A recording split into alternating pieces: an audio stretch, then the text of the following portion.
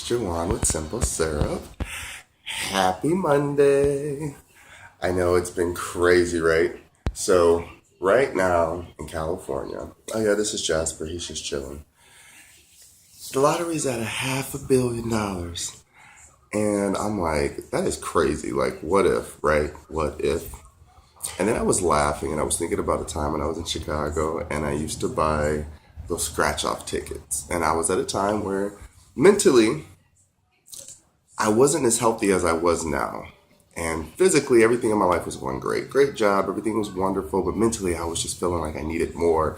I wanted more. I felt like I deserved more. But I was angry because it wasn't happening the way I wanted it to. And I just kept looking around and trying to find reasons to make excuses. But then one day I woke up and I was like, I don't need to win the lottery because I've already won it. And I don't mean because the hippy dippy stuff of like, oh, I'm super happy. No, I mean because I get to walk, I get to move, I have fingers and toes, and I can speak, I can swallow, I can drink, I can think, I can move. What everything that we always forget about. There's the littlest stuff that we always sometimes forget about.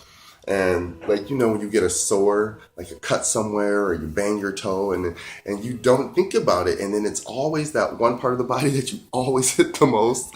And you're like, any other time. And then you really appreciate that body part. You really appreciate the littlest things. It's that moment of recognizing that, yeah, of course, we all believe that having a bigger house and having more things make us feel better. Having nice things makes you feel good. And that's a given. If it's big and lavish, great. If it's small and, well maintained, great. It really is about what makes you feel grateful. What makes you feel that I worked for this. I deserve this because it's my little thing that I created that brings me solitude, brings me joy, brings me peace. So I want people to always, don't get so caught up in thinking, I deserve this, so I should have it. Why don't I have it? Well, it's not about why don't you have it. It's about why aren't you making yourself get it?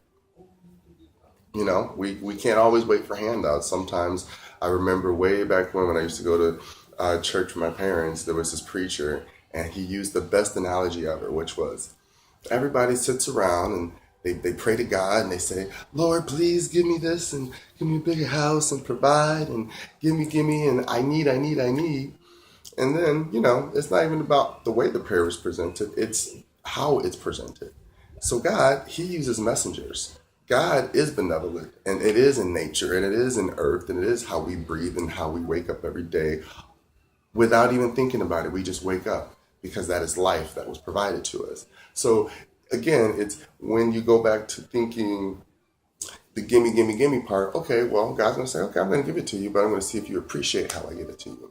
And sometimes that's that moment of he presents that big old piece of shit turd, but right in the middle, there's a nice big shiny diamond. And guess what, people? You might not always like the presentation because you're going to say, no, God's going to fix it. God's going to fix it. I'm praying. But he's giving you this turd with the diamond, but you're like, I don't want that. God's going to give me something better than that. But you're not taking the opportunity to really examine.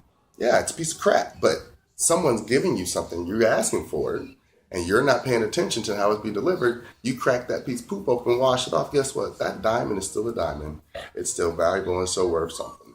So you got to know how to really find opportunity and how you grow. You have to find opportunity in how you think.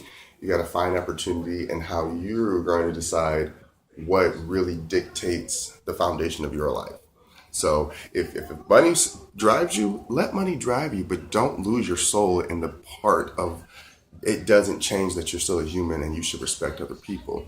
If power drives you, let power drive you, because there are definitely not enough leaders out there. So we definitely need people who thrive for power, but don't let that power of your ego supersede the power of what the soul is trying to transcend to others. So when you get power, you better understand what it really represents, because it's not about you and how you can control people. Power is about how you're able to teach love and be loved and keep the cohesiveness together.